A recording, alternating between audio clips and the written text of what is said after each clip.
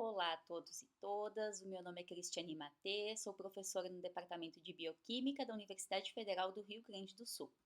Essa é a disciplina Biologia Celular e Molecular do curso Licenciatura em Ciências Biológicas EAD do ICBS. Hoje nós falaremos sobre célula.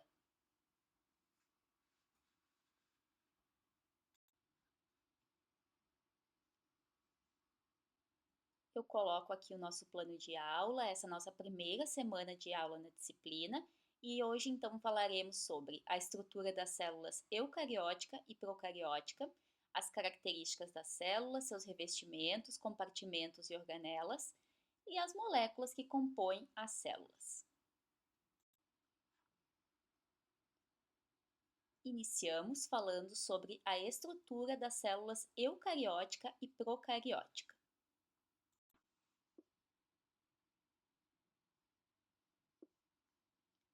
Iniciamos então com alguns conceitos essenciais sobre célula.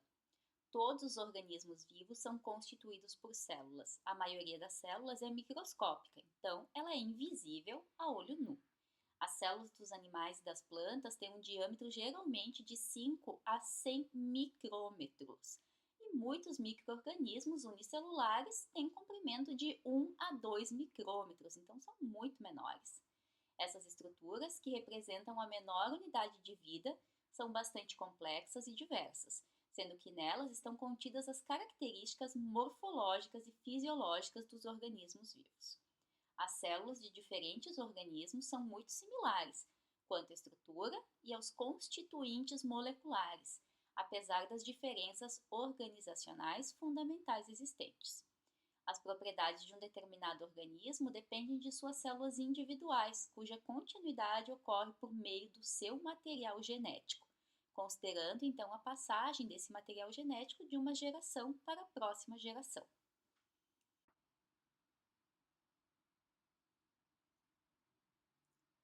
Aqui nesse slide nós temos do lado esquerdo a representação esquemática de uma célula animal com suas principais estruturas e organelas celulares. Nós falaremos bastante sobre essas organelas no futuro nessa aula.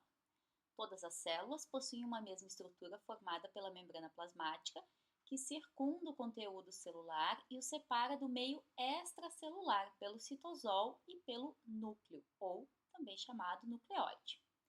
O citosol é todo o volume interno celular, composto por uma solução aquosa complexa com várias partículas e moléculas dispersas. As organelas estão dispersas no citosol, mas de maneira organizada, formando microambientes funcionais dentro da célula.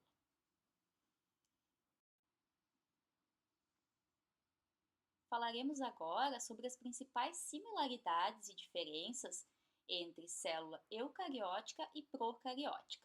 Os organismos mantêm diferenças fundamentais em nível celular, podendo ser classificados em dois grandes grupos então, os procariotos e os eucariotos. As principais características celulares de procariotos e de eucariotos está aqui nessa tabelinha. Os procariotos incluem as bactérias e as arqueias, bactérias que sobrevivem em ambientes não usuais, como lagos salinos, piscinas térmicas e pântanos.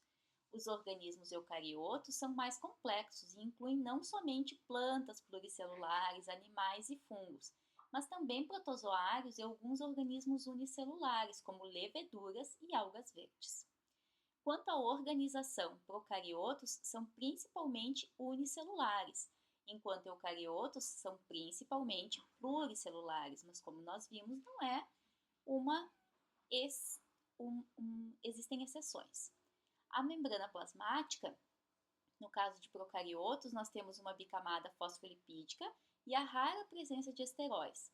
No caso de eucariotos, a mesma bicamada fosfolipídica, mas frequentemente então temos a presença de esteróis e carboidratos também. No caso do núcleo, em procariotos ele está ausente, já que nós não temos uma membrana nuclear. E em eucariotos ele é definido pela membrana nuclear.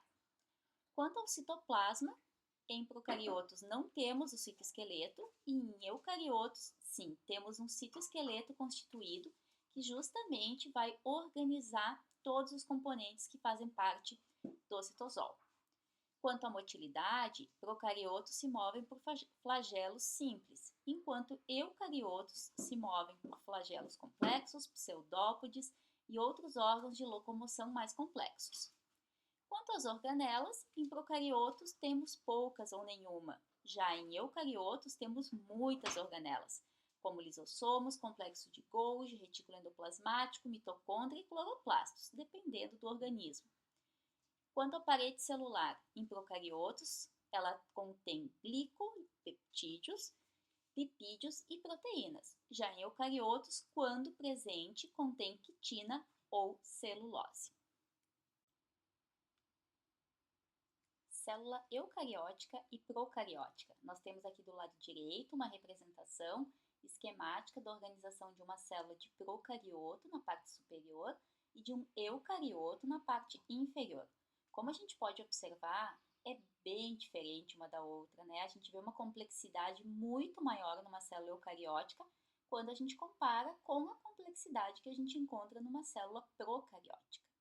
Então, a principal diferença entre procariotos e eucariotos é que nos eucariotos encontram-se organelas, principalmente o núcleo que contém o genoma. A informação genética de organismos procariotos apresenta-se geralmente em uma ou mais moléculas circulares de DNA. As bactérias são conhecidas por possuírem um único cromossomo. E esse cromossomo, então, tem uma estrutura circular. Nas células eucarióticas, o DNA nuclear é dividido em 2 ou mais desses cromossomos. Cada um desses cromossomos é formado por uma molécula de DNA linear, nesse caso, que, exceto durante a divisão celular, está confinada dentro do núcleo. Essas moléculas de DNA estão associadas a proteínas chamadas de histonas, formando os nucleossomos, que são componentes da cromatina. O DNA não é encontrado apenas no núcleo, mas também na mitocôndria das células de animais, plantas e fungos e no cloroplasto das plantas. Essa é uma das evidências que sugere a evolução dessas organelas a partir de bactérias que sofreram endocitose por células ancestrais.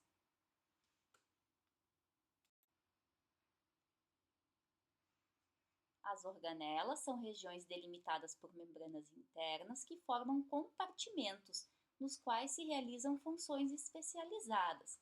Se nós olharmos aqui para essa figura do lado direito, nós vemos o núcleo, nós vemos um lisossomo, nós vemos mitocôndrias. Todas essas são organelas que têm membranas, então, ao seu redor, compartimentalizando o conteúdo e diferenciando o conteúdo interior e exterior. As células de procariotos possuem normalmente, além da membrana plasmática, uma parede celular, cuja função é proporcionar maior rigidez e proteção mecânica. Isso nós podemos ver na figura superior à direita. O citoplasma de células eucarióticas difere do citoplasma de células procarióticas, pela presença das organelas e de proteínas filamentosas que constituem o chamado citoesqueleto. Os vírus não são considerados células verdadeiras, ainda que apresentem algumas propriedades celulares, como a autorreprodução, a hereditariedade e a mutação genética, dependem de uma célula hospedeira, e essa célula hospedeira ela pode ser procarionte ou eucarionte.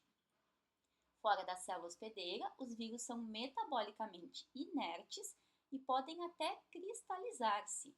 São ativados, ou seja, se reproduzem, quando entram em uma célula.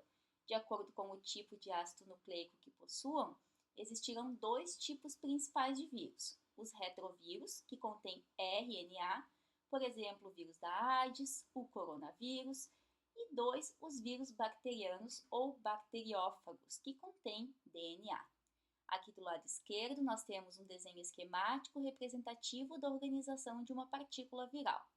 Como nós podemos observar, nós temos um envelope, que também é composto então por lipídios, também proteínas, como nós podemos ver aqui. Temos um capsídeo interior, também com o seu conteúdo de proteína e de material genético, que pode ser RNA ou DNA, como nós acabamos de ver.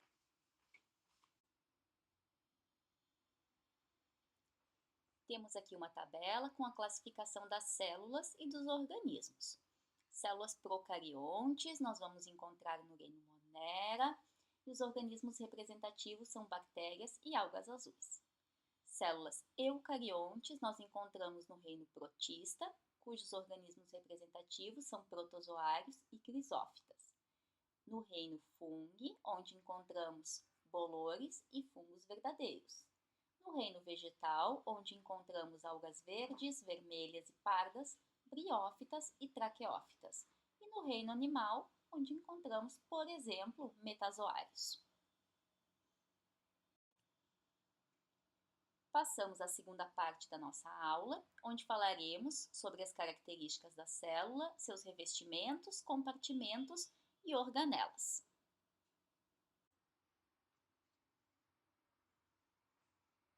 Temos aqui a hierarquia celular. Do lado esquerdo, a célula e suas organelas. Quando desmembramos seus componentes, temos, por exemplo, os complexos supramoleculares, cromatina, formado de macromoléculas DNA e proteína, e o DNA, por exemplo, formado de unidades monoméricas chamadas nucleotídeos, enquanto as proteínas são formadas de aminoácidos. Na membrana plasmática, nós temos proteínas, assim como temos lipídios, que não estão representados aqui, como é o caso dos fosfolipídios, formados por ácidos graxos. E a parede celular, temos então a celulose, que é formada de unidades açúcares.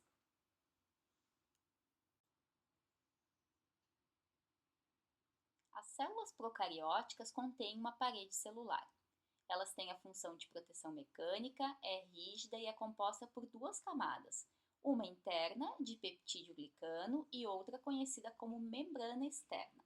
Nós podemos ver aqui do lado direito uma figura mostrando a membrana externa, que tem integralmente, então, porinas, responsáveis pelo transporte de moléculas, e na parte inferior o peptídeo glicano, que fica, então, justaposto à membrana plasmática. As duas estão separadas pelo espaço periplasmático, então o peptídeo glicano e a membrana externa separadas por esse espaço periplasmático. O peptídeo glicano é uma macromolécula contínua composta por carboidratos não usuais, unidos por peptídeos curtos. A membrana externa é uma bicamada de lipoproteínas e lipossacarídeos, semelhante à estrutura da membrana plasmática. Um dos complexos proteicos presentes na membrana externa é conhecido como porina, por formar um canal transmembranoso que permite a livre difusão de solutos.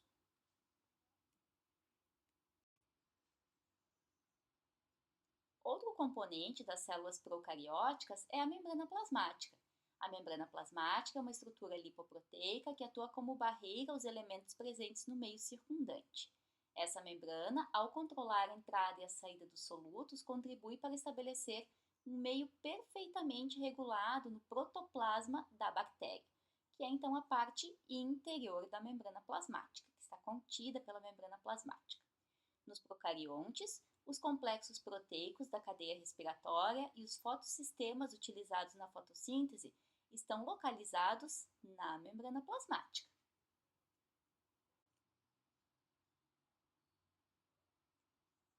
Em células procarióticas, temos ainda organelas e conteúdo protoplasmático.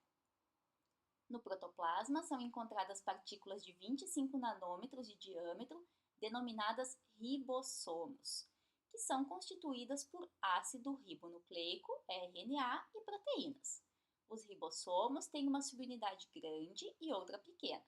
Encontram-se agrupados em polirribossomos e neles ocorre a síntese proteica. Além disso, o protoplasma contém água, íons, outros tipos de RNA, proteínas estruturais e enzimáticas e diversas moléculas pequenas. O cromossomo bacteriano é uma molécula circular única de DNA não recoberto, compactamente dobrado dentro do nucleóide, que ao microscópio eletrônico é visto como a região mais clara do protoplasma. Além do cromossomo, algumas bactérias contêm um DNA pequeno, também circular, denominado plasmídio.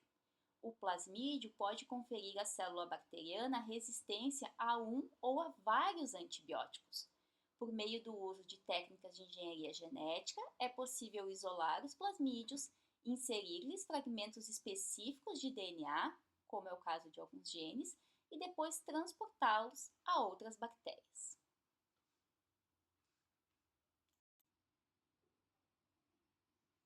Falaremos agora sobre as células eucarióticas. Começamos falando sobre as organelas.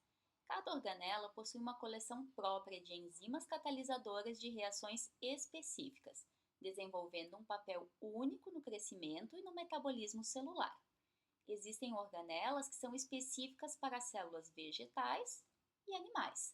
As células animais, por exemplo, contêm lisossomos, com a função de digestão, e as células vegetais possuem cloroplastos, local onde se realiza a fotossíntese. Em células vegetais, é comum a presença de um vacúolo, cuja função é a estocagem de nutrientes e metabólitos. Aqui do lado direito, nós podemos ver a comparação entre uma célula animal na parte superior e uma célula vegetal na parte inferior. Falaremos agora, então, sobre as diferentes composições dessas células.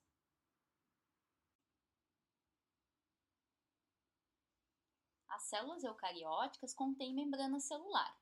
A estrutura que separa o conteúdo da célula do meio externo é a membrana plasmática, então, que trata-se de uma fina película de 6 a 10 nanômetros de espessura, composta por uma bicamada lipídica contínua e também proteínas intercaladas ou aderidas à superfície. A membrana celular plasmática, que circunda todas as células, é formada basicamente por uma dupla camada de lipídios da classe dos fosfolipídios e, em quantidades variáveis, se associa com moléculas proteicas.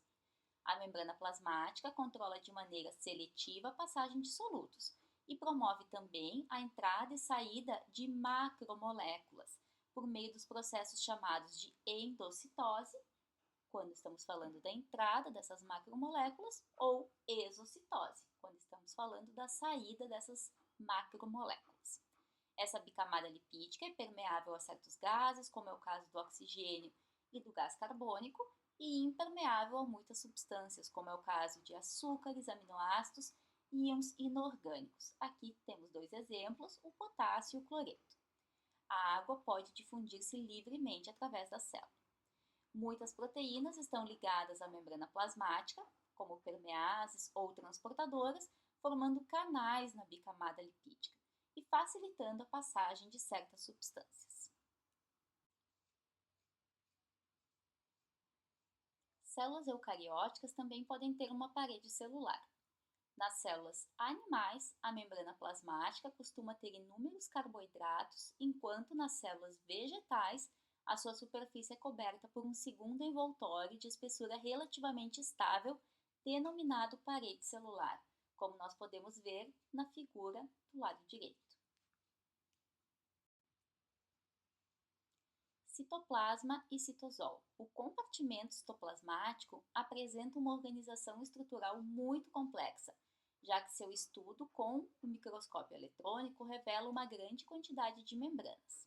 Esse sistema de endomembranas ocupa grande parte do citoplasma, dividindo em numerosas seções e subseções, e é tão polimorfo que é muito difícil defini-lo e descrevê-lo.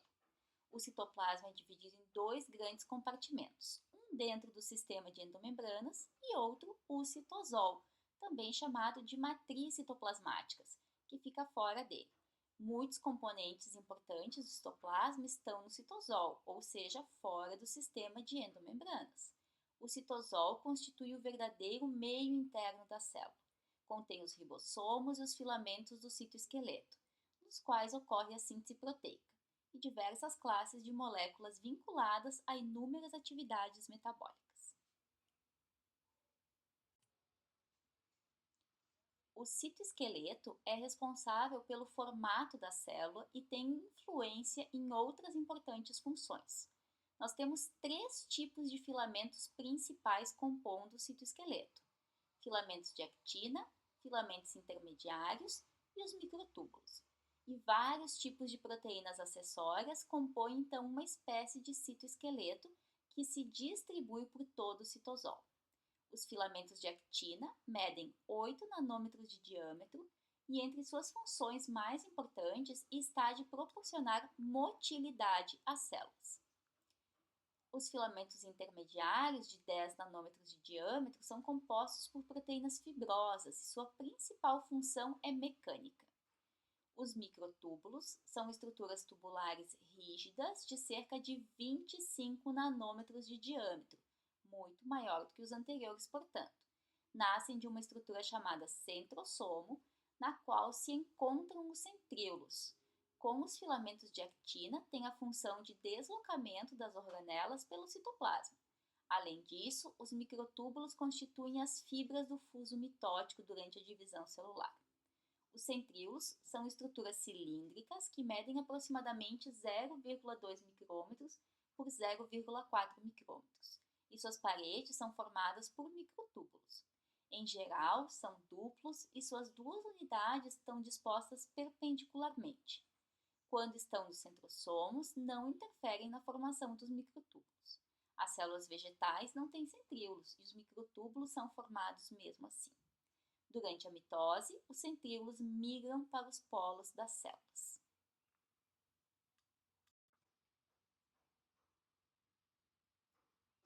Temos aqui uma representação dos componentes do citoesqueleto.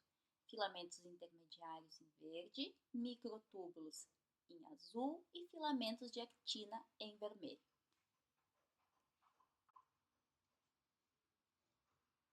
O retículo endoplasmático é uma estrutura formada por membranas distribuídas por todo o citoplasma e ligadas tanto à membrana celular como à membrana nuclear. Ele é composto por cisternas e túbulos. O retículo endoplasmático rugoso é recoberto por ribossomos, os quais sintetizam as proteínas destinadas ao sistema de endomembranas e à membrana plasmática. O retículo endoplasmático liso é uma continuidade do rugoso e interfere na síntese de diversas moléculas. Do retículo endoplasmático provém o envoltório nuclear, composto por duas membranas concêntricas. Estas se unem entre si no nível dos poros nucleares, que são orifícios que tornam possível a passagem de moléculas entre o núcleo e o citosol.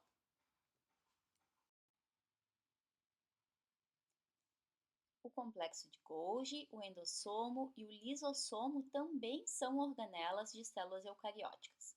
O complexo de Golgi é uma estrutura formada por membranas e vesículas, envolvido na modificação e na secreção de proteínas das células. Nele são processadas as moléculas provenientes do retículo endoplasmático, as quais são logo incorporadas a endossomos ou liberadas, secretadas, para fora da célula por exocitose. Os endossomos são organelas destinadas a receber enzimas hidrolíticas provenientes do complexo de Golgi, além do material que entra na célula por endocitose. Os lisossomos são organelas polimorfas derivadas dos endossomos. Também contém as enzimas hidrolíticas responsáveis pela digestão das substâncias incorporadas à célula por endocitose e degradam as proteínas da membrana plasmática que já não estão sendo utilizadas e também as organelas obsoletas, por um processo que chamamos de autofagia. Nós temos aqui uma figura mostrando o retículo endoplasmático ao redor do núcleo, formando pequenas vesículas que são transferidas para o complexo de Golgi, e essas vesículas do complexo de Golgi, então, transferidas para o meio extracelular, fundindo com a membrana plasmática. Os endossomos, então, são formados por endocitose, como podemos ver, e ele pode, então, se associar a um lisossomo, formando endossomos secundários, onde acontece o processo digestivo intracelular. A mitocôndria. As mitocôndrias são encontradas em praticamente todas as células eucariontes. A mitocôndria possui enzimas especializadas em processos oxidativos que produzem energia para a célula. O DNA e os ribossomos também são encontrados no interior da mitocôndria. São estruturas cilíndricas de cerca de 3 micrômetros de comprimento por 0,5 micrômetros de diâmetro, com duas membranas. A membrana mitocondrial externa será separada da interna pelo espaço intermembranoso. A membrana interna circunda a matriz mitocondrial e encontra-se dobrada. em muitas cristas. As pregas dão lugar à chamada cristas mitocondriais, que invadem então a matriz. A membrana interna e a matriz mitocondrial contêm inúmeras enzimas que interferem na extração de energia dos alimentos e a sua transferência ao ATP.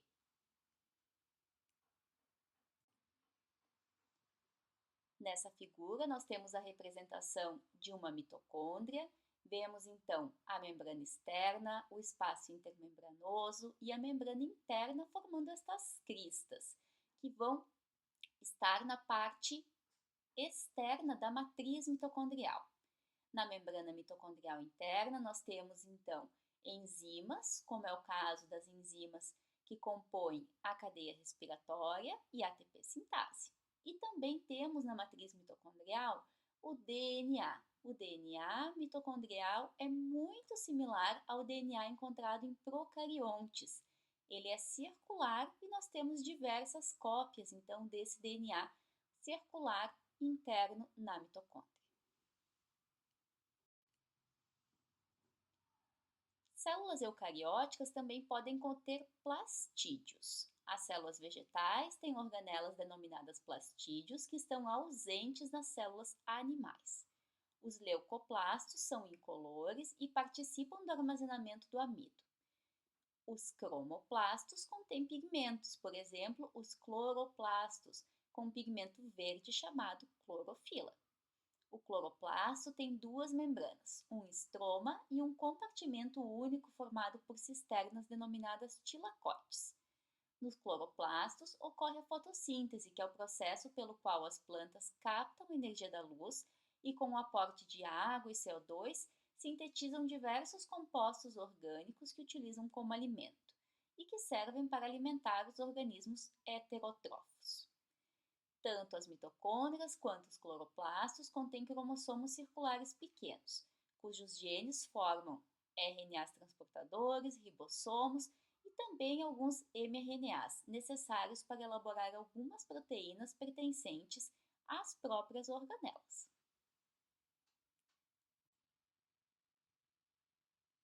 Temos aqui uma figura representativa de um plastídeo, com a membrana externa, com a membrana interna. Internamente, então, nós temos o estroma e dentro do estroma podemos ter, então, tilacoides e esse empilhamento dos tilacoides chamado de grana.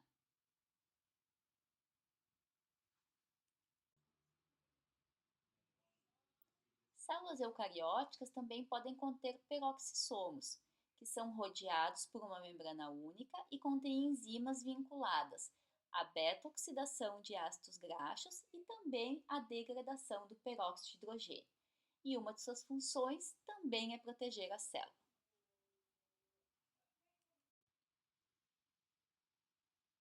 Células eucarióticas possuem um núcleo bem definido. Salvo algumas exceções, as células eucariontes então têm um núcleo.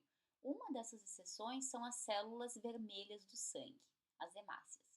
Em geral, a forma do núcleo e da célula estão correlacionadas.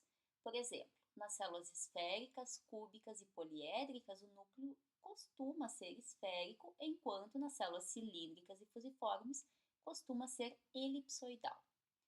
Nas diferentes células somáticas, os núcleos têm tamanhos específicos que dependem das proteínas contidas neles.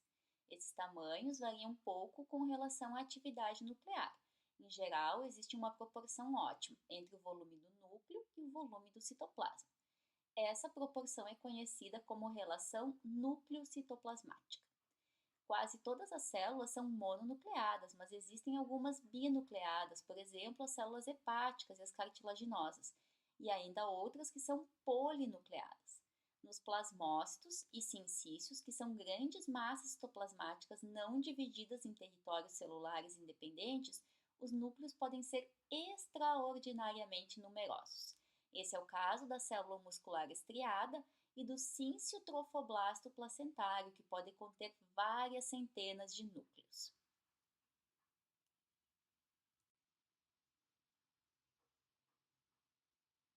O crescimento e o desenvolvimento dos organismos vivos dependem do crescimento e da multiplicação de suas células.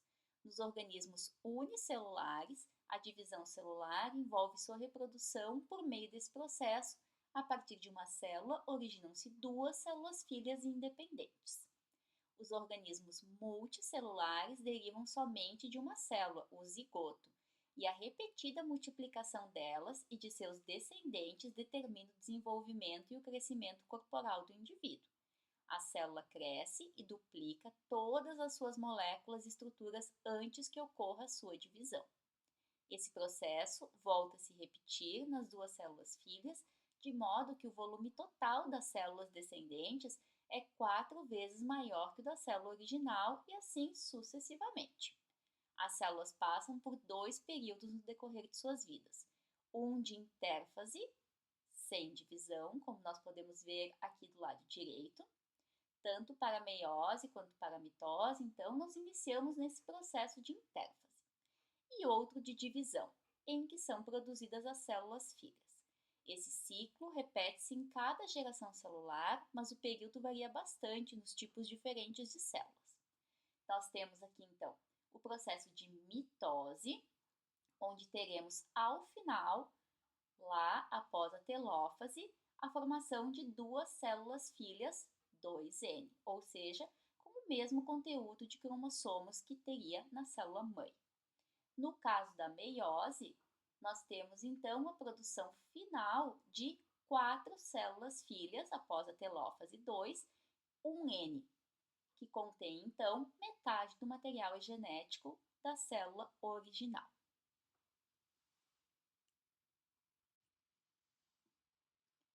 A função essencial do núcleo é proporcionar à célula a informação genética armazenada no DNA. As moléculas de DNA se duplicam durante o período específico da intérfase, denominado fase S, S de síntese de DNA, preparando-se para a divisão celular. Durante a intérfase, a informação contida nos genes é transcrita em diferentes tipos de moléculas de RNA. Mensageiro, ribossômico e transportador são os 3 principais, as quais, depois de passar para o citoplasma, traduzem essas informações e sintetizam proteínas específicas. No núcleo interfásico humano, são identificadas as seguintes estruturas: uma membrana nuclear, também chamada de carioteca, composta por 2 membranas perfuradas por orifícios chamados poros nucleares. Uma matriz nuclear, também chamada de nucleoplasma, que ocupa grande parte do espaço nuclear. O nucleolo, que é a maior nas células com síntese proteica muito ativa. Em geral, ele é esférico e pode ser único ou múltiplo. Nele são sintetizados os RNAs ribossômicos, que se associam a diversas proteínas para formar os ribossomos, responsáveis pela síntese de proteínas, como nós veremos mais adiante nessa disciplina. Também temos no núcleo 46 cromossomos. Estamos falando aqui de um núcleo humano. Ou então fibras de cromatina. Esses cromossomos eles estarão então dispersos. Estes são compostos por DNA e proteínas básicas chamadas histonas. O DNA e as histonas formam estruturas granulares de cerca de 10 nanômetros de diâmetro, conhecidas como nucleossomos, que são alternadas por ramos de DNA sem histonas. A cromatina, disposta dessa maneira, é mais fina e é capaz de se enrolar sobre si mesma em diversos graus. Na intérfase, podem ser vistas regiões de eucromatina, nas quais as fibras estão menos enoveladas, e também regiões de heterocromatina, que representam as partes mais condensadas da cromatina. Durante a divisão celular, as fibras de cromatina se enovelam ao máximo e podem ser observadas no microscópio óptico sob a forma de cromossomos, do grego chroma, cor, e soma, corpo.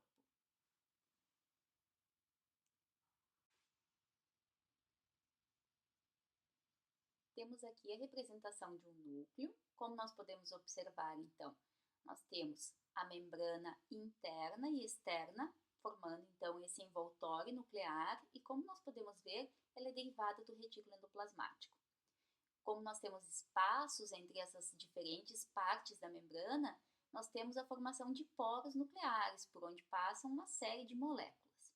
Na parte interna, nós temos a lâmina nuclear, o nucleolo é bem evidente, e os cromossomos, então, dispersos na parte interna do núcleo.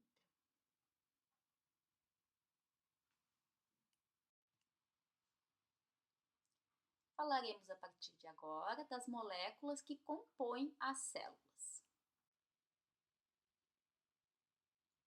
Temos aqui uma tabela mostrando as principais moléculas constituintes da célula. Como nós podemos observar nessa tabela, nós temos o componente do lado esquerdo, centralmente a porcentagem em relação ao peso total da célula, e do lado direito o número aproximado de espécies moleculares diferentes. No caso da água, ela representa 70% do peso total da célula, em média. Proteínas representam 15% do peso total da célula e nós temos um número aproximado de 3.000 proteínas distintas. Quanto aos ácidos nucleicos, o DNA representa 1% do peso total da célula e nós temos de 1 a 4 diferentes tipos de DNA. No caso do RNA, nós temos 6% do peso total da célula compreendido de ácido ribonucleico. E nós temos mais de 3.000 diferentes tipos de RNAs. Quanto aos polissacarídeos, eles representam 3% do peso total celular. Nós temos em torno de 20 diferentes tipos de polissacarídeos. Falando de lipídios, representam 2% do peso total da célula e nós temos em torno de 50 diferentes tipos de lipídios. Quanto às subunidades monoméricas e intermediárias, nós temos 2% do peso total da célula e um número de 2.600 diferentes tipos de subunidades monoméricas e intermediárias. E quanto aos íons inorgânicos, nós temos 1% do peso total da célula e em torno de 20 diferentes tipos de íons.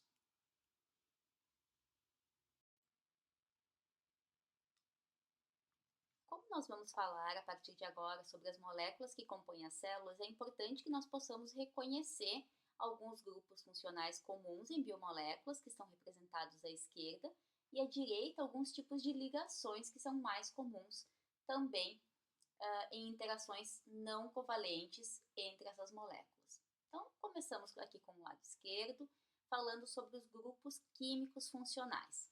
Nós temos o grupamento metila, que contém então apenas um carbono e é um hidrocarboneto. Nós temos o grupamento etila, também um hidrocarboneto que contém 2 carbonos.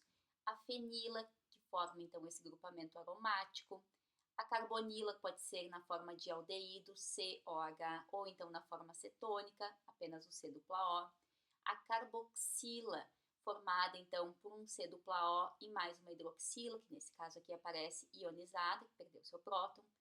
A hidroxila, então, que é um grupamento álcool formado pelo OH, e o grupamento enólico, cujo grupamento OH está ligado a um carbono com uma ligação dupla com outro carbono. Na parte central, superior, nós vemos o éter, então, onde o oxigênio ele forma 2 ligações, um com cada grupo radical, R1 e R2. O grupamento éster é um COO, então C-O, formando ligação também com oxigênio, cada um deles então formando ligação com radical.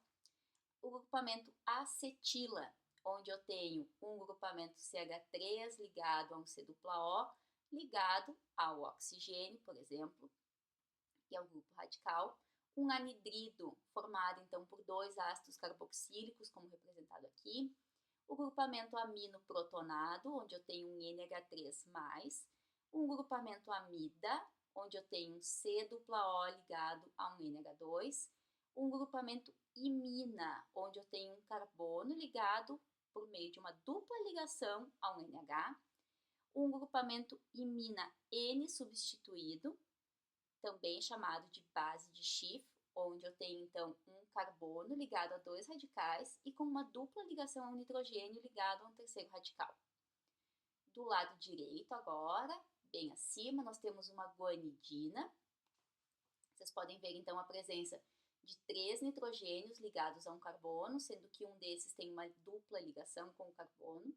O imidazol onde eu tenho um anel exocíclico com a presença de 3 carbonos e 2 nitrogênios, o grupamento sulfidrila formado pelo grupo SH, um grupamento de sulfeto formado por uma ponte SS, cada um desses enxofres então reagindo ou formando uma ligação covalente com 2 radicais, um grupo tioéster, onde eu tenho uma carbonila ligada ao enxofre, e esse enxofre então ligado a um radical, o grupamento fosforila, onde eu tenho o fosfato formando 4 ligações com oxigênio, sendo que um dos oxigênios tem uma dupla ligação, o fosfoanidrido, onde eu tenho 2 grupamentos fosforil unidos por meio de uma ligação com oxigênio, e um anidrido misto, onde eu tenho esse grupamento fosfato ligado a um grupamento éster. Do lado direito, nós temos as ligações de hidrogênio comuns em sistemas biológicos. O aceptor de hidrogênio geralmente é o oxigênio ou o nitrogênio, e o doador de hidrogênio é outro átomo que seja eletronegativo. Então, como nós podemos ver, na parte superior, nós temos o aceptor de hidrogênio, um oxigênio ligado a um carbono, por exemplo, e na parte de baixo, um doador de hidrogênio. Então, o hidrogênio que está ligado a um átomo eletronegativo, como é o caso do oxigênio. Isso se repete em vários exemplos, como nós podemos ver. Então, o doador de hidrogênio sempre terá uma ligação com um átomo eletronegativo, como é o caso do oxigênio ou do nitrogênio. E acima o aceptor de hidrogênio, podendo ser oxigênio ou nitrogênio. Na parte de baixo, do lado direito, nós temos os 4 tipos de interações não covalentes fracas entre biomoléculas em solventes aquosos. Então, iniciamos com as ligações de hidrogênio, que nós já falamos anteriormente. Entre ligações peptídicas, também pode acontecer ligações de hidrogênio. Interações iônicas nós temos de atração ou de repulsão, como nós podemos ver aqui, com grupamentos carregados positiva ou negativamente. Interações hidrofóbicas, onde nós temos moléculas que não conseguem interagir com a água, formando ligações de hidrogênio. Então, nesse exemplo aqui, nós temos um anel formado por 6 carbonos, com 3 ligações duplas, então como um benzeno, formando uma interação hidrofóbica com uma cadeia hidrocarbonada que é ramificada, como nós podemos ver aqui, já que ela tem 2 metilas na sua ponta. E ainda temos as forças de Van der Waals, que ocorrem entre 2 átomos quaisquer bem próximos um do outro.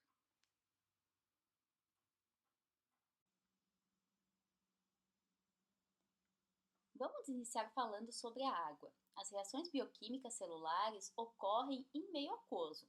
A água, com poucas exceções, como é o caso da célula óssea, é o componente encontrado em maior quantidade na célula, sendo indispensável para a atividade metabólica. De natureza polar, ela serve como solvente natural para íons, minerais e outras substâncias, e também como um meio de dispersão para a estrutura coloidal do citoplasma. Como nós podemos ver aqui nessa figura abaixo, a água está atuando como solvente. Vemos a interação dela com o íon cloreto e também com o íon sódio. Em vermelho, podemos ver o oxigênio e em branco, o hidrogênio. Como podemos ver, então, o oxigênio, por ser eletronegativo, interage diretamente com o sódio, enquanto o cloreto, como ele é eletronegativo, ele interage com os íons de hidrogênio. Aqui do lado direito, nós vemos, então, que o hidrogênio ele tem uma parcial eletrônica positiva, enquanto o oxigênio tem uma parcial eletrônica negativa. Vemos também que a interação entre 2 moléculas de água se dá pela formação de ligações de hidrogênio entre o oxigênio de uma molécula e o hidrogênio de outra molécula.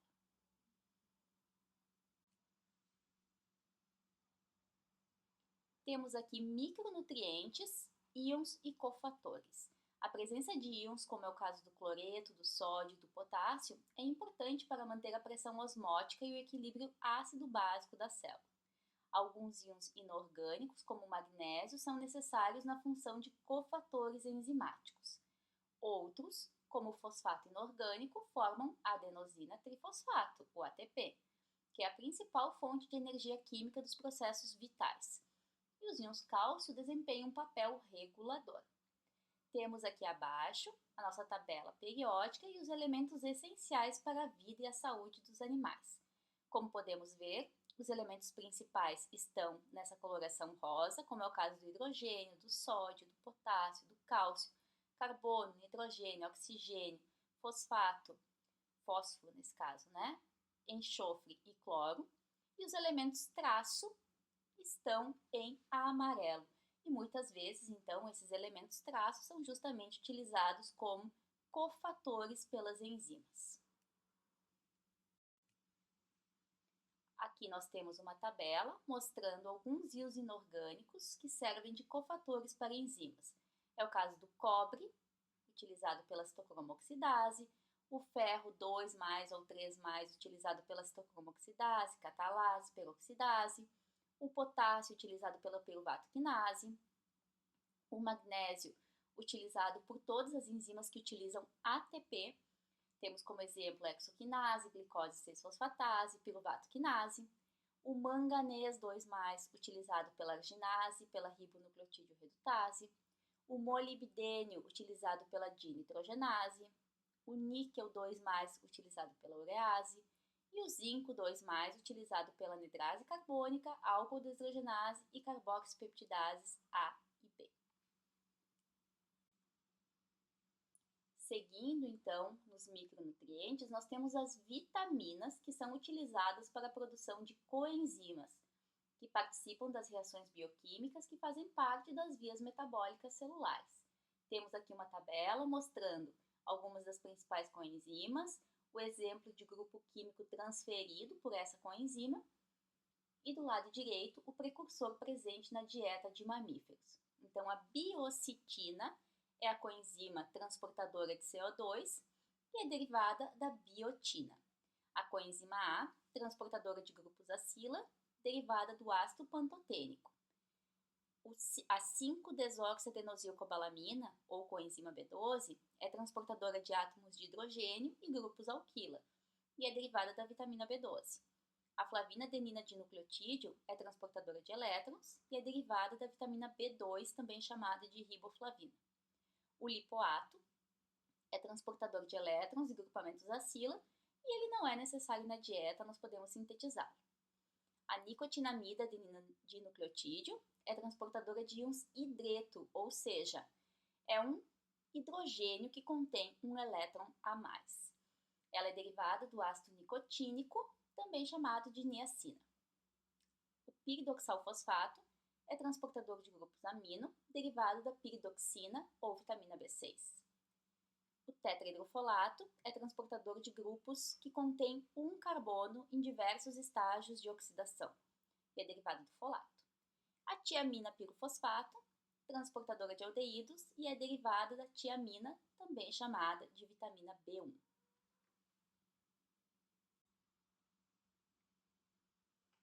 Falaremos agora sobre os metabólitos e as macromoléculas. As pequenas moléculas, como aminoácidos, nucleotídeos, lipídios e açúcares, constituem os substratos e os produtos de vias metabólicas, fornecendo energia para a célula e podendo também ser as unidades formadoras das macromoléculas. Nessa estrutura de polímero biológico, essas moléculas são chamadas de monômeros ou resíduos. Do lado esquerdo, nós temos os aminoácidos, que são os monômeros, então, utilizados na síntese das proteínas. Os ácidos graxos, assim como o glicerol, que é derivado de açúcares, são utilizados na síntese de lipídios. Monossacarídeos, que também então são açúcares, são utilizados para a síntese de carboidratos mais complexos. As nucleobases formam os nucleotídeos, temos também monossacarídeos sendo utilizados para a formação dos nucleotídeos juntamente com as nucleobases, e esses então são os monômeros para a síntese de ácidos nucleicos, como é o caso do DNA e do RNA. Vamos agora então falar dessas moléculas mais complexas e dos seus componentes mais simples. Começamos falando sobre os aminoácidos. Os aminoácidos são assim chamados por serem ácidos orgânicos, que possuem um átomo de carbono alfa, como nós podemos ver na figura do lado direito, com 4 substituintes. Então, quem são esses 4 grupamentos químicos? Um é o grupamento amínimo, NH2 ou NH3+, como está representado aqui na figura. Outro é o grupamento carboxílico, COOH, ou então na forma ionizada, COO-, como em geral está presente num pH fisiológico. Um átomo de hidrogênio e um grupamento variável denominado cadeia lateral ou radical, representado por R.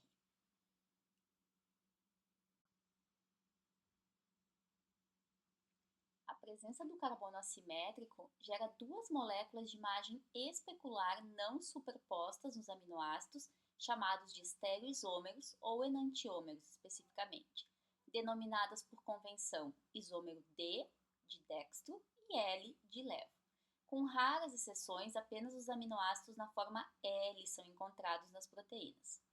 Em pH fisiológico, os grupamentos amínico e carboxílico dos aminoácidos são ionizados na forma de NH3+, e COO-, fazendo com que o aminoácido tenha cargas positivas e negativas na mesma molécula. Então, ela é uma molécula dipolar, mas claro, né?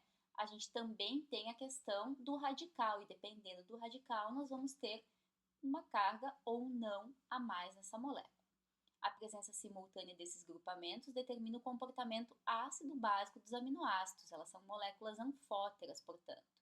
O caráter ácido básico, bem como a carga elétrica do aminoácido, é determinado pelo pH do meio onde ele se encontra. Então, aqui do lado direito, nós podemos ver a representação da L-alanina e da D-alanina. Observem que o carbono alfa está no centro e nós temos para cima o carbono mais oxidado, para o lado esquerdo, o grupamento amino, no caso do L, da L-alanina, e no caso da D-alanina, o grupamento amino está para o lado direito. Na letra B, nós temos outra convenção, onde temos uma fórmula em perspectiva, onde as ligações sólidas em forma de cunha projetam-se para fora do plano do papel e as ligações tracejadas para trás do plano. Já na letra C, nós temos a fórmula de projeção, onde supõe-se que as ligações horizontais se projetam para a frente do plano do papel e as ligações verticais para trás. Entretanto, essa fórmula de projeção nem sempre ela é seguida à risca nas representações. As cadeias laterais dos aminoácidos, elas vão variar em tamanho, em forma, em carga elétrica, em hidrofobicidade e também em reatividade. E como nós podemos ver aqui, nós temos a separação em 5 diferentes grupos de aminoácidos, justamente definidos pela cadeia lateral R. O grupo R apolar alifático é o primeiro representado, onde nós temos a glicina, cuja estrutura é a mais simples de todas. E nesse caso aqui, como nós podemos observar, nós temos o carbono ligado a um hidrogênio, ou seja, a glicina não tem 4 substituintes distintos no seu carbono alfa e, portanto, a gente não tem isomeria no caso da glicina, diferente dos demais 19 aminoácidos. O segundo aminoácido mais simples é a alanina, que tem um grupamento metila como substituinte. A prolina, como nós podemos observar aqui, forma uma imina, forma então uma estrutura cíclica, ligando o carbono alfa e o grupamento amino, que agora se transformou no grupamento imino. A valina tem uma cadeia lateral que é ramificada, como nós podemos observar, assim como a leucina e a isoleucina. E para finalizar esse grupo, nós temos ainda a metionina, que contém um enxofre na sua cadeia lateral. Do lado, nós temos os grupamentos R aromáticos. Podemos ver a fenilalanina, com um grupamento benzênico na cadeia lateral, a tirosina com um grupamento fenólico, já que ele tem também uma hidroxila, e o triptofano, formado por esse anel indólico na cadeia lateral. Abaixo, nós temos os grupos R carregados positivamente, com a lisina, com um grupamento, então, lateral finalizado na forma de um grupamento amino carregado positivamente, a arginina com esse grupamento guanidino, que também está carregado positivamente, e a histidina, com esse anel imidazólico na cadeia lateral. Como nós podemos ver aqui, nós não temos uma carga sendo representada na histidina. Entretanto, em pH 7,4, em geral, nós temos um nitrogênio carregado positivamente na cadeia lateral. Abaixo, nós temos os grupos R carregados negativamente. 2 aminoácidos, então, representam esse grupo, o aspartato, com o grupamento carboxilato, e o glutamato, que além desse grupamento carboxilato, também traz um grupamento metileno a mais. Também temos o último grupo, que são os grupos R polares, mas não carregados, formados pela serina, que tem um grupamento hidroxila na cadeia lateral, a treonina, que também tem um grupamento hidroxila na cadeia lateral, a cisteína, que tem um grupamento SH na cadeia lateral, a asparagina, com um grupamento amino na cadeia lateral, amida, desculpa, e a glutamina também com grupamento amida na cadeia lateral.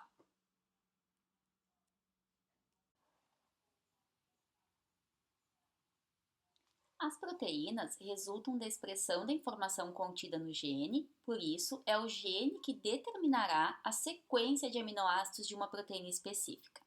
Assim, toda proteína possui uma ordem definida de resíduos de aminoácidos que, por sua vez, estabelece sua estrutura tridimensional ativa, denominada conformação nativa. As proteínas podem ser desnaturadas quando ocorrem alterações em sua forma natural, chamada de nativa, por mudanças nas condições do meio onde se encontra a proteína, por exemplo, alterações de pH, de temperatura, adição de solventes, com consequente perda de função biológica para essa proteína. O restabelecimento da conformação nativa, que a gente chama de renaturação proteica, pode ocorrer quando as condições do meio em que a molécula se encontra são restabelecidas, possibilitando que os aminoácidos voltem a interagir. As proteínas são constituídas por apenas 20 aminoácidos entre todos os aminoácidos possíveis, unidos por ligações peptídicas, que nós veremos a seguir. Do lado direito, nós temos uma molécula de DNA formada então por uma dupla fita, pareada de forma complementar. Uma dessas fitas do DNA será utilizada como molde para a transcrição do RNA. O RNA mensageiro, então, ele é composto por códons. Cada códon tem 3 nucleotídeos que codificam, então, para a presença de um aminoácido específico na proteína. O mRNA é lido no sentido 5' 3' e a proteína, então, será sintetizada do N-terminal ao C-terminal, formando a proteína globular.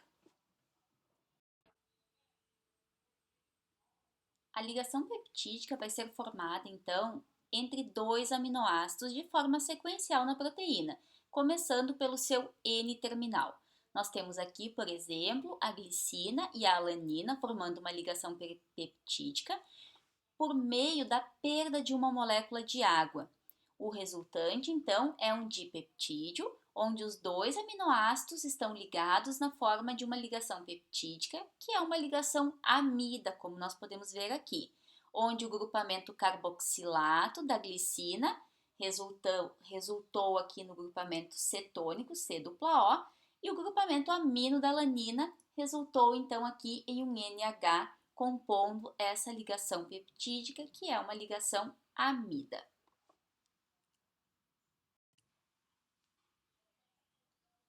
Quanto à classificação, as proteínas elas podem fazer parte de 2 principais classes, fibrosas e globulares. As proteínas fibrosas, em sua maioria, desenvolvem um papel estrutural nas células e nos tecidos animais. Nessa classe estão o colágeno, componente dos ossos, tecido conectivo, e a alfa-queratina, presente em unhas e cabelo. As proteínas globulares são assim chamadas por possuírem uma estrutura enovelada e compacta, com formato globular. Abundantes e essenciais, elas podem ser encontradas em quaisquer organismos. Um exemplo são as enzimas, eficientes catalisadores biológicos que aceleram as reações químicas. Toda proteína globular tem uma estrutura única, enovelada de forma específica e de acordo com a função particular a ser executada.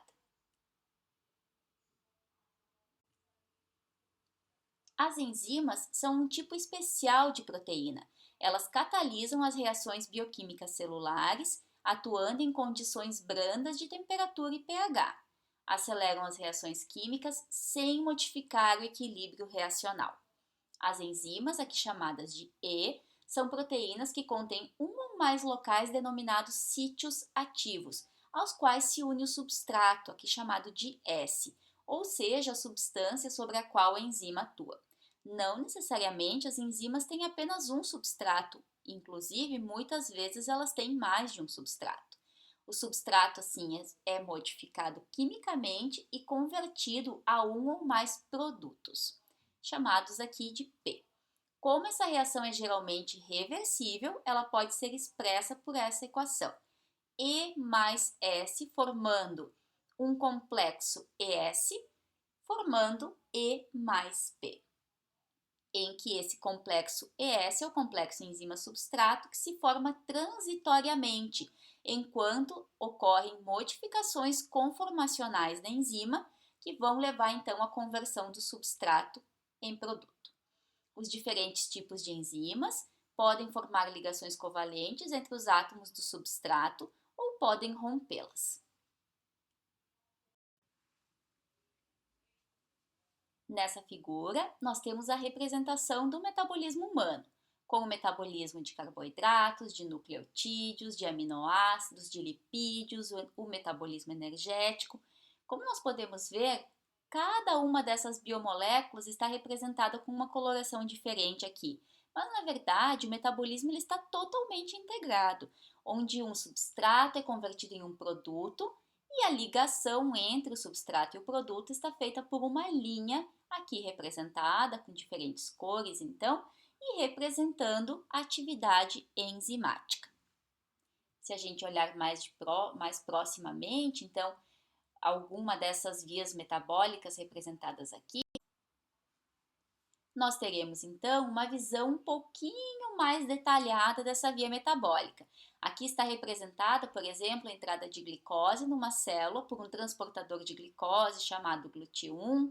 Essa glicose ela vai sendo transformada sequencialmente, então, por diversas enzimas até a formação de piruvato. Essa é a via metabólica que nós chamamos de glicólise. O piruvato pode ser convertido a lactato por uma enzima chamada lactato desidrogenase, ou então ele pode entrar na mitocôndria e dentro da mitocôndria ser descarboxilado oxidativamente para a formação do acetil-CoA. Todas essas vias metabólicas que estão representadas aqui, elas fazem parte então da retirada de elétrons de uma molécula energética, como é o caso da glicose, para que a gente tenha a síntese de ATP mitocondrial ao final desse ciclo todo. Mas não se preocupem, a gente vai ver isso com muito detalhes na disciplina de bioquímica que vocês terão mais adiante. Quanto aos níveis de estrutura de uma proteína, nós temos aqui do lado direito uma figura mostrando a estrutura primária com a sequência de aminoácidos, a estrutura secundária, terciária e quaternária. A estrutura primária é a primeira etapa na especificação da análise estrutural de uma proteína e refere-se à sequência de aminoácidos ligados por ligações covalentes chamadas peptídicas. A estrutura secundária se refere aos diversos arranjos espaciais de aminoácidos próximos na cadeia peptídica central que provocam dobramentos. Por exemplo, a alfa-hélice, que está representada aqui do lado direito, a folha beta preguiada e as curvaturas, estabilizadas por ligações de hidrogênio. A estrutura terciária refere-se à forma como a cadeia polipeptídica está enovelada, incluindo o arranjo tridimensional de todos os átomos da molécula, inclusive os da cadeia lateral e do grupo prostético. A estabilidade da estrutura é mantida por pontes de hidrogênio entre grupos peptídicos não envolvidos na estrutura secundária, por pontes de hidrogênio entre os grupos R, por interações hidrofóbicas, por ligações iônicas entre grupos carregados positiva e negativamente, e também por ligações covalentes do tipo disulfeto, SS. Já proteínas com mais de um polipeptídeo, então não são todas as proteínas, elas terão subunidades, são as proteínas que nós chamamos de multiméricas. Apresentam então mais um nível estrutural, que é a estrutura quaternária. O número de subunidades vai variar e a união entre elas ocorre de forma não covalente, por meio de interações eletrostáticas, pontes de hidrogênio e interações hidrofóbicas.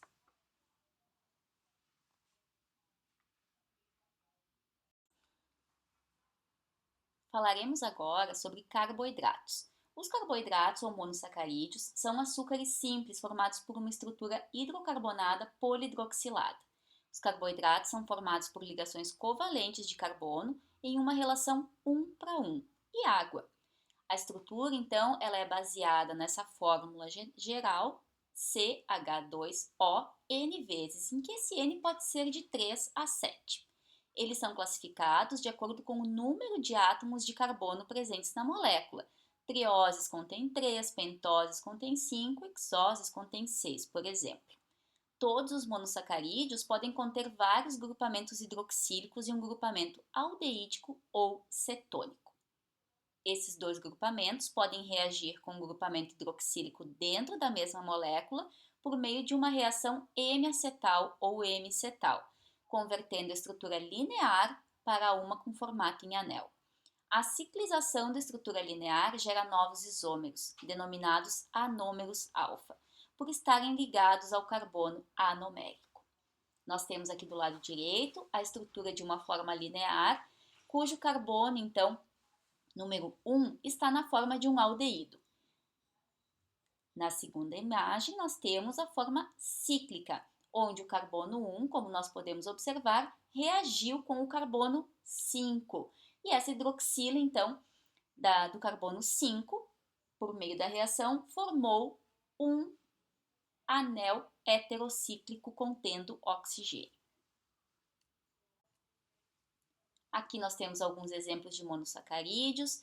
O D-gliceraldeído é uma aldotriose, a dihidroxiacetona é uma cetotriose, a D-glicose é uma aldexose, a D-frutose é uma cetohexose, como nós podemos ver, então, o grupamento carbonila está interno, não é o carbono 1, não está numa ponta.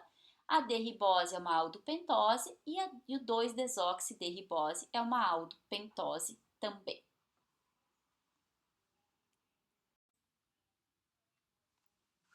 Os oligosacarídeos são moléculas formadas, na sua maioria, pela ligação de poucas unidades monoméricas.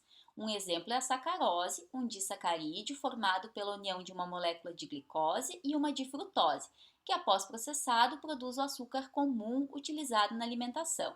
Então nós podemos ver a estrutura da sacarose nessa imagem central, onde a alfa-glicose reage com a frutose, formando uma ligação glicosídica por meio da perda de uma molécula de água, e assim estão unidas glicose e frutose, formando sacarose. Os disacarídeos, assim como os polissacarídeos, são formados por monossacarídeos, unidos covalentemente por ligações glicosídicas, como o exemplo citado. Essas ligações são formadas quando um grupamento hidroxílico do carbono anomérico de um carboidrato reage com um grupamento hidroxílico de outro carboidrato. Então, no caso da glicose, aqui o carbono 1 é o carbono anômero. E então, essa hidroxila reagiu com outra hidroxila da frutose, perdendo uma molécula de água, e assim a gente tem a formação da ligação glicosídica. Do lado direito ainda, nós temos a formação de um outro disacarídeo chamado maltose. Então, novamente, a glicose, por meio do seu carbono 1, reage com outra molécula de glicose, mas agora por meio do seu carbono número 4. Nós temos a perda de uma molécula de água nessa reação de condensação, formando então uma maltose. Podemos ver que a reação inversa, com a adição de uma molécula de água para a regeneração dos monossacarídeos originais, é chamada então de hidrólise. Os polissacarídeos são polímeros com longas cadeias de unidades de monossacarídeos e constituem a principal fonte de energia celular. Eles são também constituintes estruturais importantes da parede celular, atuando como sinais de reconhecimento específico e desempenhando um papel informacional. Além disso, são também substâncias intercelulares com função estrutural.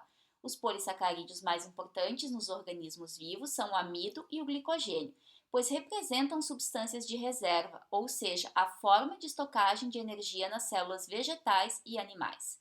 O glicogênio é um polissacarídeo formado pela ligação de várias moléculas de glicose. A celulose também é um importante polissacarídeo e é o principal elemento estrutural da parede celular da célula vegetal. Aqui do lado direito, nós temos, por exemplo, a estrutura do glicogênio. Podemos ver que as diferentes unidades de glicose são unidas por meio de ligações glicosídicas do tipo alfa 1,4.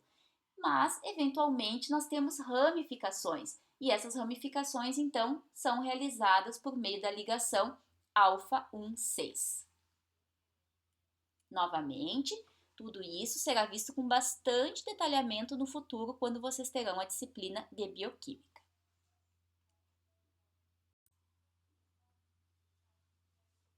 Falaremos agora sobre os lipídios. Os lipídios formam um grupo de compostos característico por sua baixa solubilidade em água. São hidrofóbicos, portanto, e possuem múltiplas funções celulares e ocorrem com frequência na natureza. Esse tipo de estrutura caracteriza os lipídios como um grupo de compostos pouco solúveis em água e solúveis em solventes orgânicos. Essa característica molecular promove as associações do tipo anfipáticas, por meio da reunião de moléculas lipídicas com interações não covalentes em meio aquoso.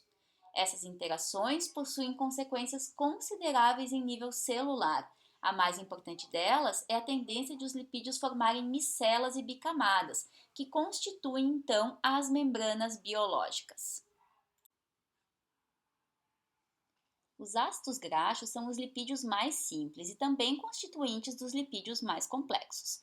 A estrutura do ácido graxo é formada por uma longa cadeia hidrocarbonada, hidrofóbica e pouco reativa quimicamente.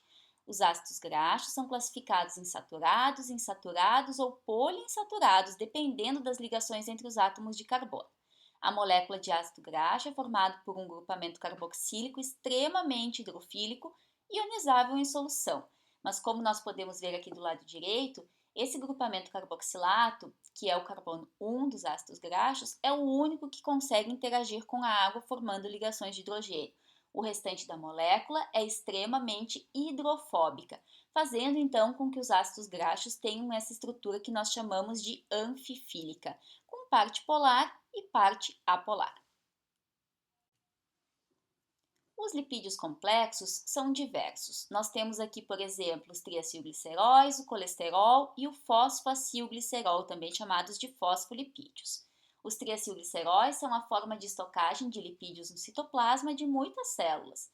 Os triacilgliceróis são mais eficientes como estoque de energia que os carboidratos e, por essa razão, são muito utilizados por vários organismos, incluindo nós, dentre os animais superiores. Os fosfoacilgliceróis, ou fosfolipídios, são pequenas moléculas lipídicas compostas por longas cadeias de ácido graxo e glicerol, ligadas a um grupo altamente polar. A natureza anfipática dos fosfolipídios é responsável pelas associações moleculares que formam a membrana celular e conferem muitas de suas propriedades. Os esteroides são um grupo grande de moléculas que agregam várias funções e incluem um considerável número de hormônios, entre eles os hormônios sexuais de animais superiores. O colesterol é o esteroide de maior importância, fazendo parte de membranas celulares, principalmente de animais.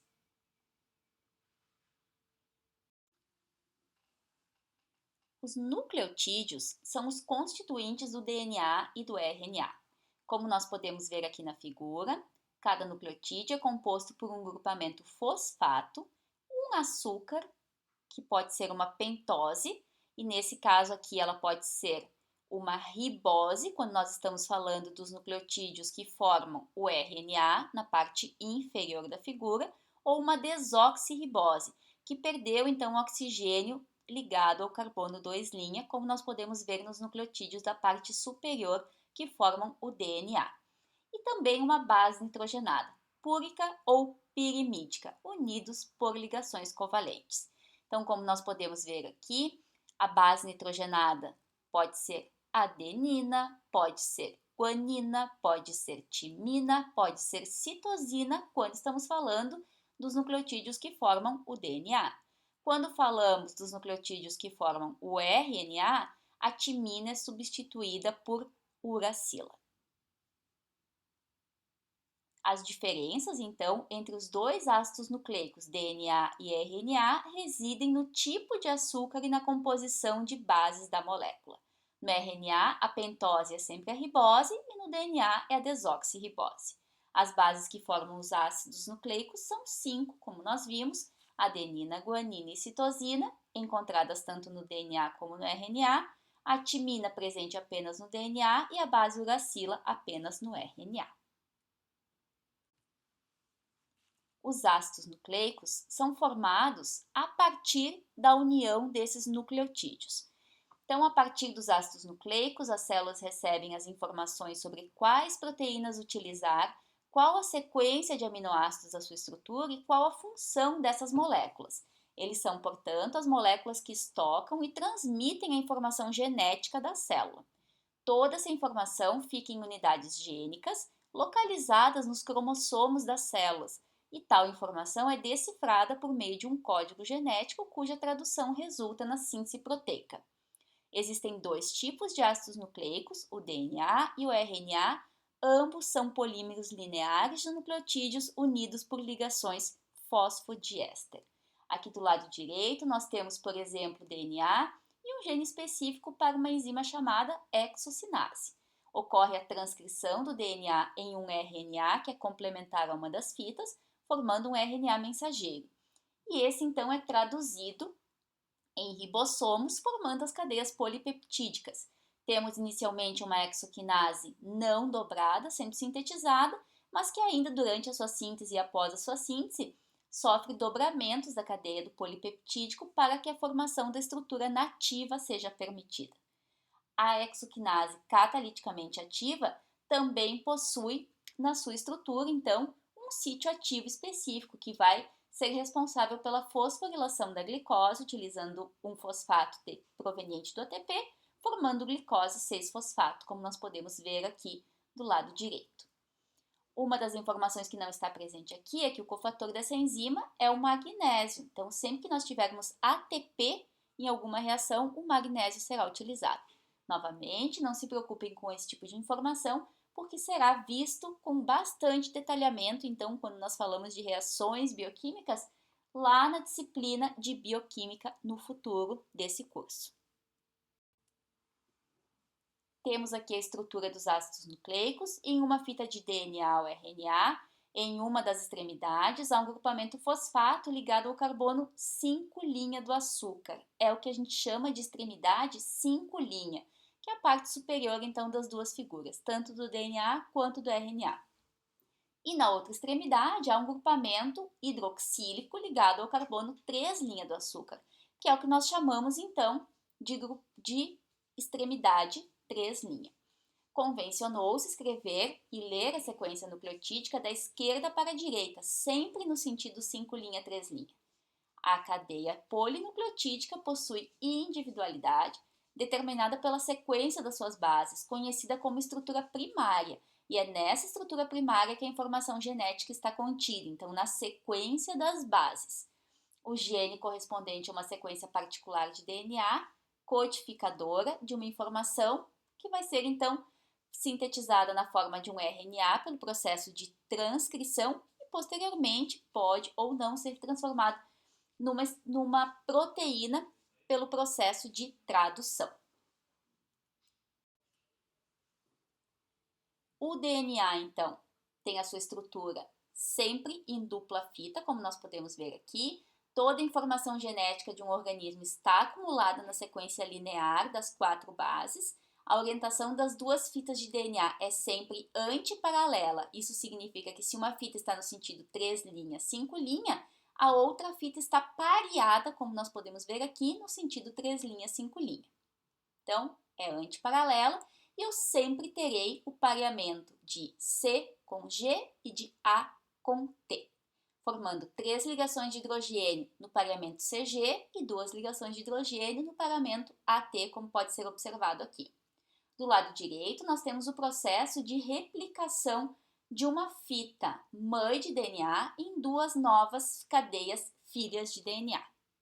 mostrando que esse processo é semi-conservativo, porque nas fitas filhas eu sempre terei uma fita mãe e uma fita nova sendo construída.